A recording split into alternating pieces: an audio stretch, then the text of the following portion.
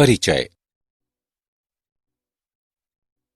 बच्चों, आज हम जल, हाइड्रोजन, पेरोक्साइड और भारी जल के बारे में जानकारी प्राप्त करेंगे। जल एक रासायनिक पदार्थ है और इसका रासायनिक सूत्र H2O होता है। ये रंगहीन तथा पारदर्शी द्रव है। इसमें एक ऑक्सीजन परमाणु और 2 हाइड्रोजन परमाणु होते हैं। हाइड्रोजन पेरोक्साइड हाइड्रोजन और ऑक्सीजन का एक संयोजन होता है। इसका रासायनिक सूत्र H2O2 है। भारी जल ड्यूटीरियम ऑक्साइड होता है। ये जल का अन्य रूप है जिसमें हाइड्रोजन ड्यूटीरियम समस्थानिक होता है। तो इस मॉड्यूल में हम जल, हाइड्रोजन पेरोक्साइड और भारी जल के बारे में जानकारी प्राप्त करेंगे।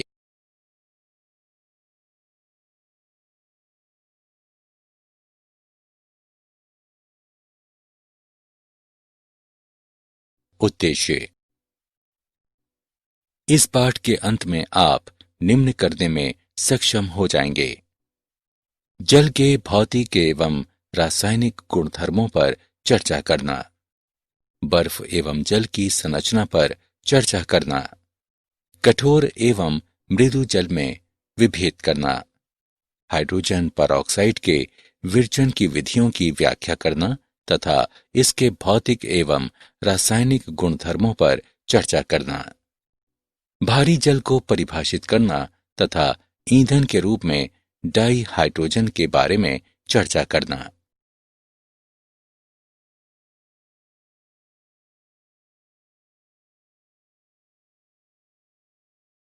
जल। जल सभी रासायनिक यौगिकों में सबसे सामान्य, प्रचुर एवं आसानी से पाया जाने वाला यौगिक है। मानव के जीवन हेतु ये अनिवार्य यौगिक है। ये ठोस, द्रव या गैसीय अवस्थाओं में रह सकता है। ये सार्वभौमिक विलायक है। हमारे शरीर के 70% भाग में जल होता है। पृथ्वी का 75% भाग जल से बना है।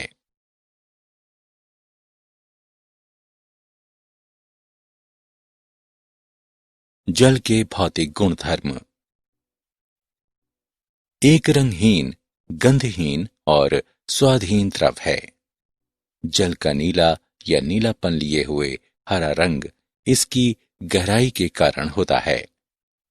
जल का हिमांक 0 डिग्री सेल्सियस और इसका क्वथनांक 100 डिग्री सेल्सियस है। जमाए जाने पर यह अपने मूल आयतन का 1/9 बढ़ जाता है। जल का क्वथनांक इसके पृष्ठ पर दाब पर निर्भर करता है। दाब जितना ही उच्च होगा, क्वथनांक भी उतना ही अधिक होगा।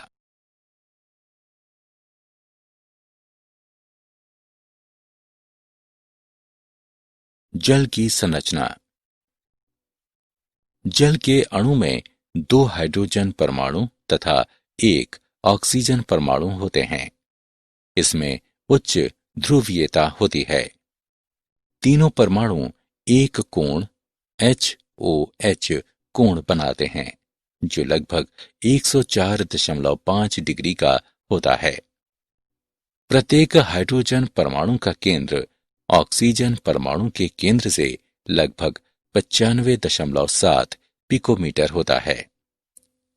चूंकि ऑक्सीजन हाइड्रोजन की तुलना में अधिक वैद्युत ऋणात्मक होती है, इसलिए हाइड्रोजन परमाणुओं पर आंशिक धनावेश तथा ऑक्सीजन परमाणु पर आंशिक ऋणावेश होता है। आवेश का ये पृथक्करण अणु पर नेट द्विध्रुव आघूर्ण उत्पन्न करता है। बर्फ जल का ठोस रूप है और बर्फ का घनत्व जल की अपेक्षा कम होता है।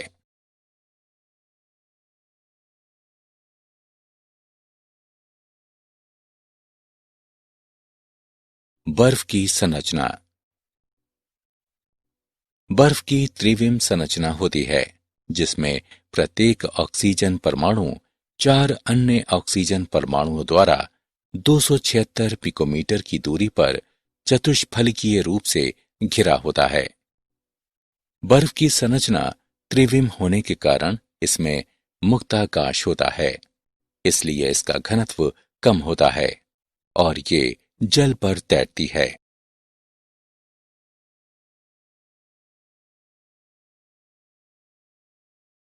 जल के रासायनिक गुणधर्म। उभयधर्मी प्रकृति। अम्ल तथा क्षार दोनों रूपों में कुछ रसायनों द्वारा व्यवहार करने की क्षमता उभयधर्मिता कहलाती है। यदि कोई क्षार जैसे कि NH3 उपस्थित है तो जल एक अम्ल की भांति व्यवहार कर सकता है और उस क्षार को एक प्रोटॉन प्रदान करके अभिक्रिया करता है। यदि कोई अम्ल जैसे कि H2S उपस्थित है तो जल एक क्षार के रूप में व्यवहार कर सकता है और उस अम्ल से एक प्रोटॉन प्राप्त करते हुए प्रतिक्रिया करता है। जल का स्वयं आयनीकरण जल द्वारा अम्ल या क्षार के रूप में अभिक्रिया करने की सामर्थ्य का एक अन्य उदाहरण है। जल की अपचयन अभिक्रियाएं। डाइहाइड्रोजन जल के अपचयन द्वारा निम्नानुसार उत्पन्न की जा सकती है।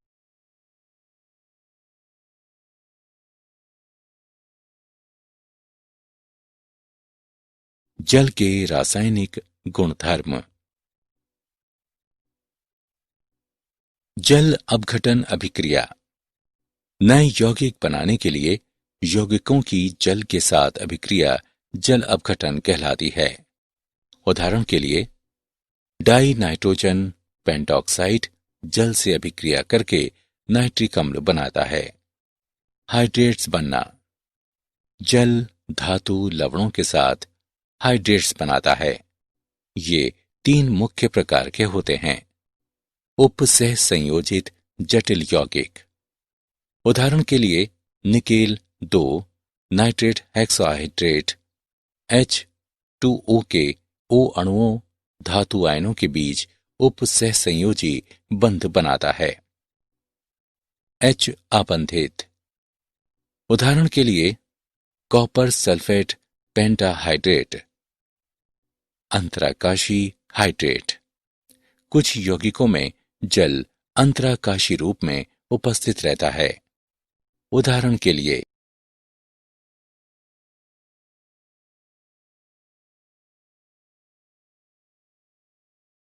कठोर एवं मृदु जल। कठोर जल Ca2+, Mg2+ और Fe2+ के विलयशील लवणों वाला जल कठोर जल कहलाता है। ये साबुन के साथ पर्याप्त झाग नहीं बनाता। मृदु जल। इसमें कैल्शियम, मैग्नीशियम, आयरन के विलयशील लवण नहीं होते। ये साबुन के साथ पर्याप्त झाग बनाता है। ये Ca की घात 2+ और Mg की घात 2+ के बाइकार्बोनेटों, सल्फेटों और क्लोराइडों से मुक्त होता है। फैटी अम्ल। ऐसे अम्ल जिनमें उच्चतर एल्किल श्रृंखला होती है फैटी अम्ल कहलाते हैं। उदाहरण के लिए C15, H31, COOH और C17, H35, COOH। कठोर जल साबुन से अभिक्रिया करके अवक्षेप बनाता है। कठोर जल की साबुन के साथ अभिक्रिया।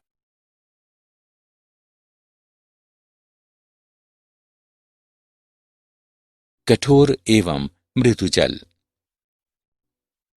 जल की कठोरता 2 प्रकार की होती है। अस्थायी कठोरता। ये कैल्शियम तथा मैग्नीशियम के बाइकार्बोनेटों की उपस्थिति के कारण होती है। इसे निम्न द्वारा हटाया जा सकता है। क्वथन द्वारा विलय बाइकार्बोनेट अविलय कार्बोनेटों में बदलकर निक्षेपित हो जाता है।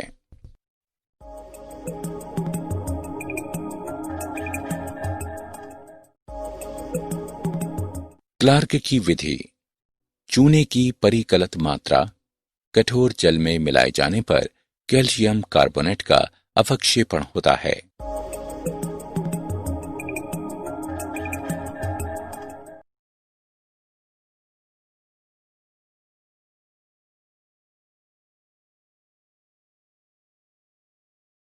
स्थायी कठोरता। ये कठोरता Ca की घात 2+ Mg की घात 2+ और Fe की घात 2+ के क्लोराइडों तथा सल्फेटों की उपस्थिति के कारण होती है। इसे निम्न द्वारा हटाया जा सकता है। धावन सोडा यानी सोडियम कार्बोनेट से उपचारित करके। सोडियम कार्बोनेट कैल्शियम और मैग्नीशियम लवणों को अविलय कार्बोनेटों में बदल देता है, जो छानकर अलग किए जा सकते हैं। आप इसे निम्न अभिक्रिया में देख सकते हैं।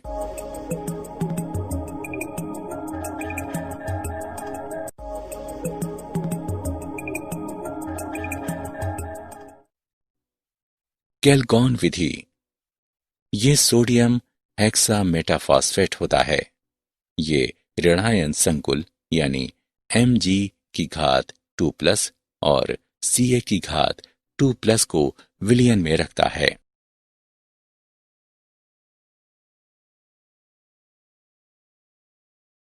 आयन विनिमय पद्धति।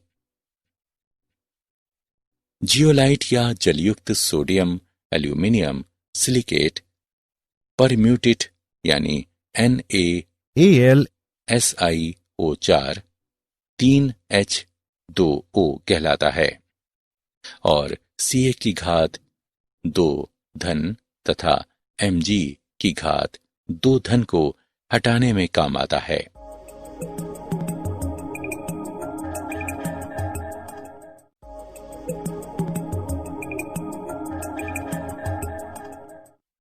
NaCl विलयन से उपचारित करके जियोलाइट का पुनरुत्पादन किया जा सकता है।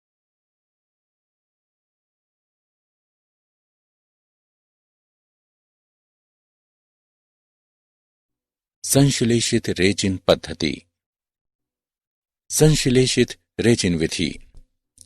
संश्लेषित धनायन विनियमकों के उपयोग द्वारा कठोर जल को मृदु किया जा सकता है। ये विधि जियोलाइट या परम्यूटेट की तुलना में अधिक प्रभावी है। ये धनायन विनियामक बड़े कार्बनिक अणु होते हैं, जिनमें सल्फोनिक अम्ल समूह होते हैं।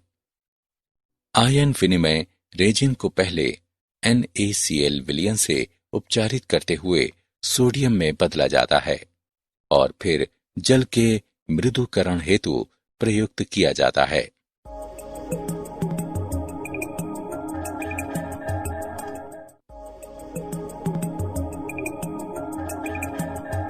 NaCl विलयन से उपचारित कराते हुए रेजिन को भावी उपयोग हेतु पुनरुत्पादित किया जा सकता है।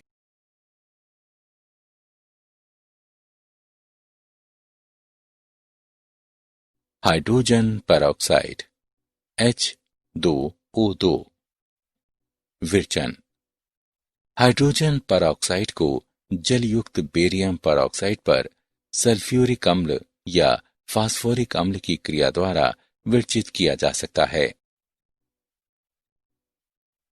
निर्जल बेरियम पेरोक्साइड सल्फ्यूरिक अम्ल से तत्काल अभिक्रिया नहीं करता, क्योंकि इसके पृष्ठ पर अविलय बेरियम सल्फेट की एक परत बन जाती है, जो अम्ल की आगामी अभिक्रिया को रोकती है।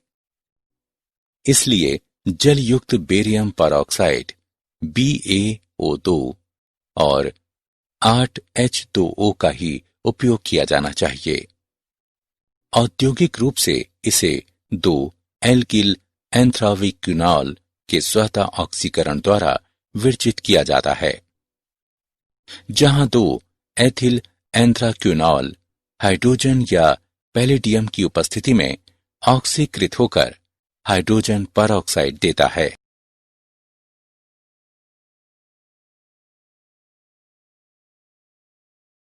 भौतिक गुणधर्म। हाइड्रोजन परऑक्साइड एक पारदर्शी और रंगहीन द्रव होता है। इसमें हल्की तिक्त गंध होती है। हाइड्रोजन परऑक्साइड एक बहुउपयोगी तथा पर्यावरण अनुकूल रसायन है, जिसके व्यापक अनुप्रयोग हैं। संरचना। हाइड्रोजन परऑक्साइड की संरचना असमतलीय होती है। गैसीय प्रावस्था में द्वितल कोण 111.5 डिग्री होता है। ठोस प्रावस्था में 110 केल्विन पर द्वितल कोण 90.2 डिग्री होता है।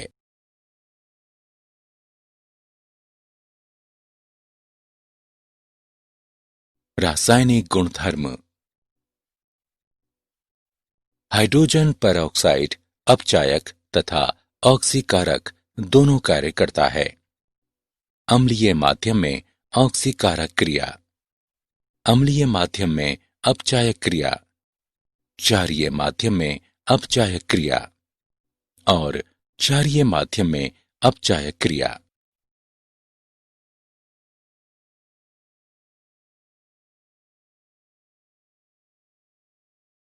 भंडारण। हाइड्रोजन परऑक्साइड को छतयुक्त अग्निरोधी कक्षों में रखा जाना चाहिए, जहां इसे ठंडा और सीधी धूप से सुरक्षित रखा जा सके। ये बहुत महत्वपूर्ण है कि हाइड्रोजन परऑक्साइड को सभी प्रकार के संदूषणों से बचाकर रखा जाए।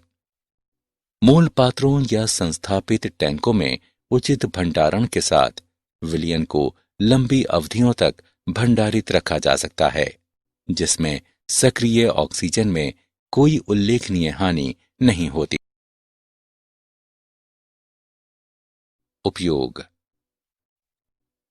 इसे पूर्तिरोधी के रूप में तथा माउथ वॉश के रूप में उपयोग किया जाता है। इसे रसायन निर्माण, खाद्य, जल एवं अपशिष्ट जल शोधन में उपयोग किया जाता है। इसे जैव अपशिष्ट शोधन में भी उपयोग किया जाता है, जहां जैव उपचार संयंत्रों के ओवरलोड के कारण ऑक्सीजन का अभाव रहता है।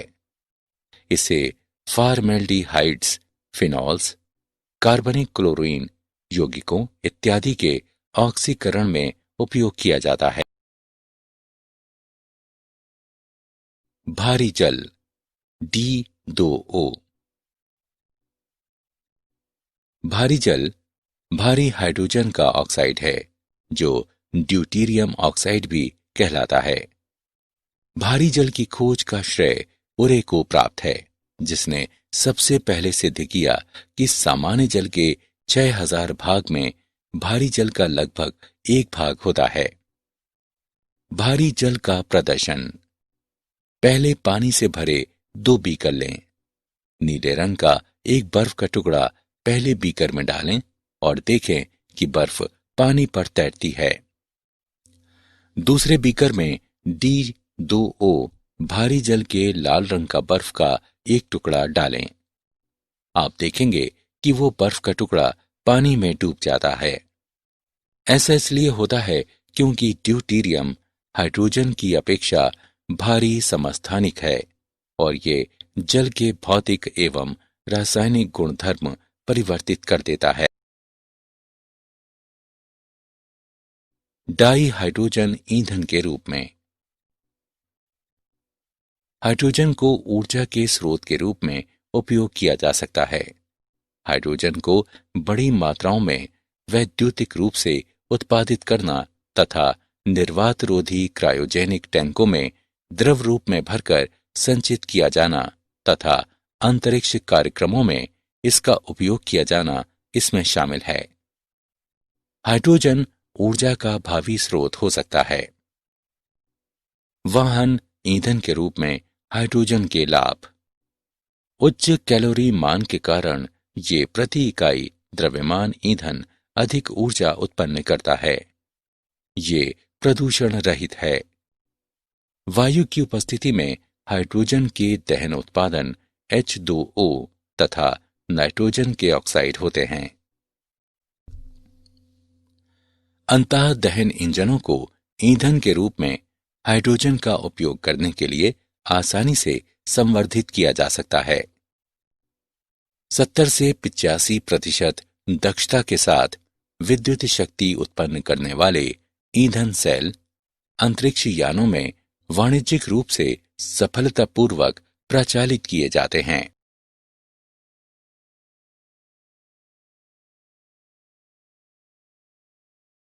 क्या आप जानते हैं, हाइड्रोजन पेरोक्साइड को कुत्ते द्वारा विष ग्रहण करने पर वमन प्रेरक के रूप में उपयोग किया जा सकता है। हाइड्रोजन ईंधन उत्पन्न करने के लिए स्वर्ण सूक्ष्म कण उपयोग किए जा सकते हैं।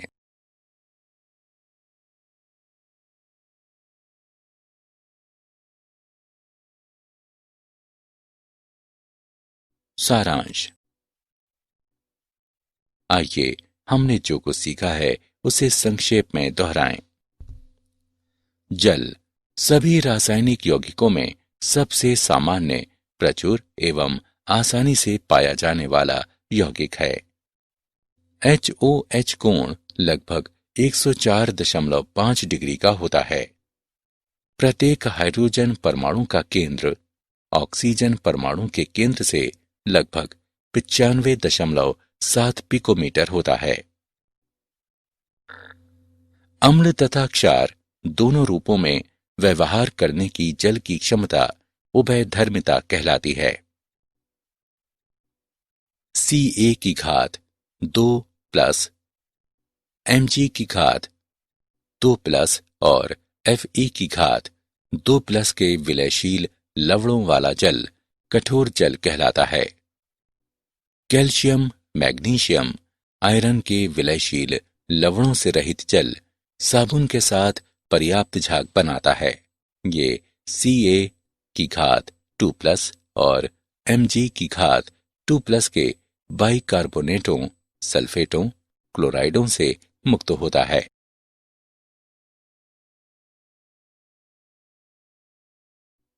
अस्थायी कठोरता को उबालकर तथा क्लार्क की विधि द्वारा हटाया जा सकता है। स्थायी कठोरता को धावन सोडा से उपचारित करके कैल्गॉन विधि द्वारा, आयन विनिमय विधि द्वारा तथा संश्लेषित रेजिन विधि द्वारा हटाया जा सकता है। हाइड्रोजन परऑक्साइड को जलयुक्त बेरियम परऑक्साइड पर सल्फ्यूरिक अम्ल या फास्फोरिक अम्ल की क्रिया द्वारा विरचित किया जा सकता है। हाइड्रोजन परऑक्साइड की संरचना असमतलीय होती है। भारी जल भारी हाइड्रोजन का ऑक्साइड है, जो ड्यूटेरियम ऑक्साइड भी कहलाता है।